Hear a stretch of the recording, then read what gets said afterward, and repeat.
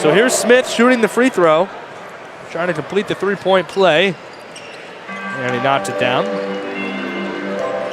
Going back to Taylor's point, the run of success for Delaware has certainly been impressive.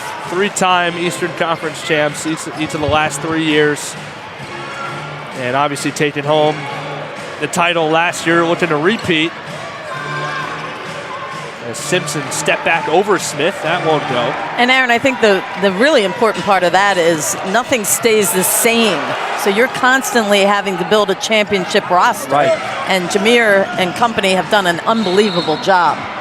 Yeah, the turnover here in the G League from players coming in and out, to have that success over a long period of time really says a lot about the people running the organization and the culture they've built. So tip your hat to them.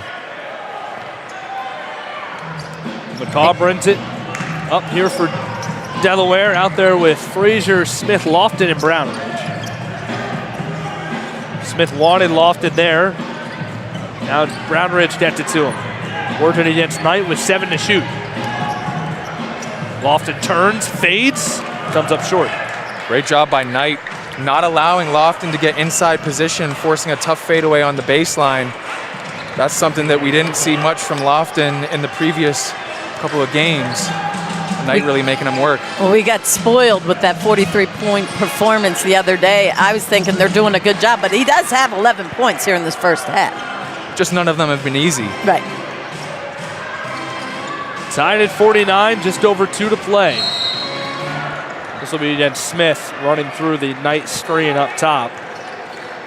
It's going to be the 4th personal on Terquavion Smith. Not good. He's got 15 points, leading all scorers right now. Cannot afford to have him sit on the bench for extended minutes.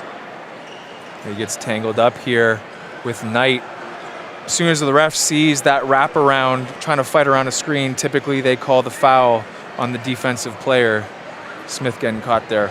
Nick, I want to ask you, how tough is it to get around an NBA screen? You know, I'm going to say this. The toughest person to get around was DeAndre Jordan when he would set pin downs for J.J. Redick in L.A. And you watch DeAndre Jordan, he's got tree trunk legs. And so he would kind of present himself in a way where he was like 6 feet wide, and I had no way to kind of get around him. And J.J. clearly ended up getting 5, 6, 7 threes per game in result of that. As Roden steps into a 18-footer that goes down. That's his game. Jared Roden, really the mid-range is where he thrives. Roden now sits away from the floor. He's got 15 points to lead the Cruise. Takes it away from Frazier here. Blue Coats turn it over for the 6th time. Nick, I think not enough guys hold the screen long enough. They actually help the defender out by moving too soon. If you stayed there, it's making it tougher for you to get around. Well, part of the offensive scheme now has been slipping the screen so much, and I think guys have gotten a little bit away from really making contact and making the defender fight around. Brownridge hits his 2nd three there. He's got 7, and the Blue Coats take the lead. Under a minute to go. Knight, the lefty, will pull up over Lofton. Blue Coats get a 2 for 1 here if they hurry. Frazier out to Brownridge. Clean look from the left wing, and it's good for JB. And it wasn't a great pass, but Brownridge hung in there and then let it fly. Melvin kind of flicked it. 12-second difference, shot and game clock.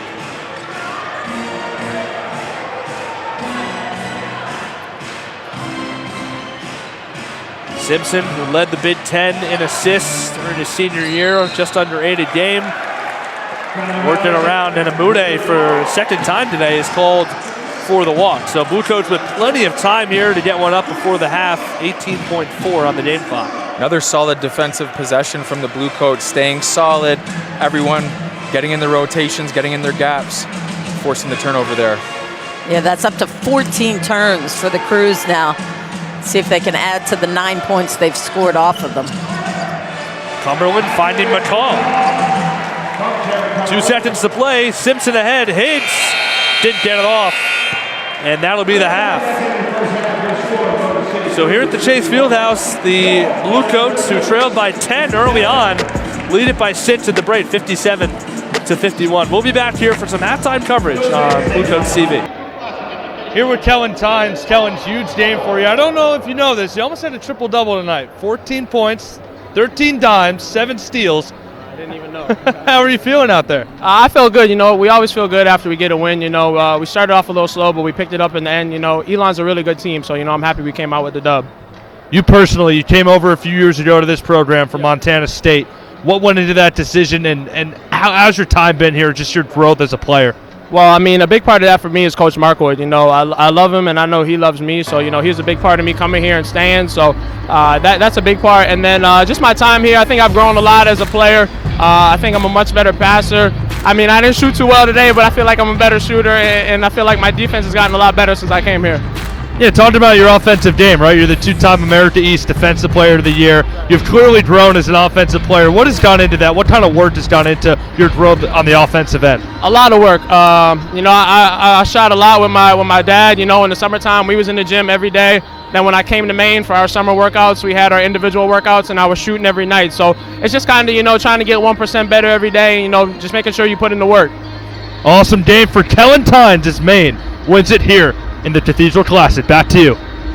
Matt here with Jeff Dowtin Jr. 34 points tonight for you, Jeff. You guys start off the regular season 1-0, get a win here in Wilmington. How are you feeling?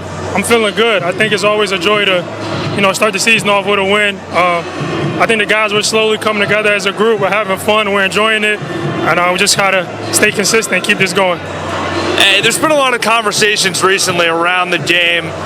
Guys are taking too many threes. You're a great three-point shooter yourself, but your mid-range game is so sweet, man. How much pride do you take in your ability to operate in that area of the floor? Yeah, no, I definitely take a lot of pride. I put in hours and hours of work trying to get to my spots, trying to be aggressive. And, it just goes to show how much work you actually put in. And when you get the opportunity to step on the court and showcase it. So it's just a joy to, have my teammates around me, the fans. I'm enjoying the moment right now. We're just going to keep this rolling. Well, Jeff, keep enjoying the moment, my man. 34 for you tonight. Blue Coats win it and get to 1-0 to start the regular season. Back to you, Matt.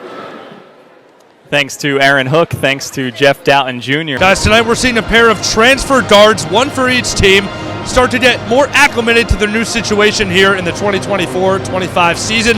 Dylan Williams for Penn, Jared Simpson for St. Joe's.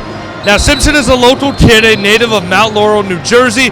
He comes over from Rutgers out of the Big Ten. He never quite found his stride as a Power 5 player. He's averaging just under 11 points a game for the Hawks in the early going of the year. And for Williams, it's his third school in as many years. He comes over from Triton Junior College in Illinois. He's been a steadying presence at the point guard spot for the Quakers in the early portion of this 2024-25 season. In the first 3 games of the Quakers, all 3 of them have been decided by just 1 point. Back to you, Joe. Aaron, thank you very much.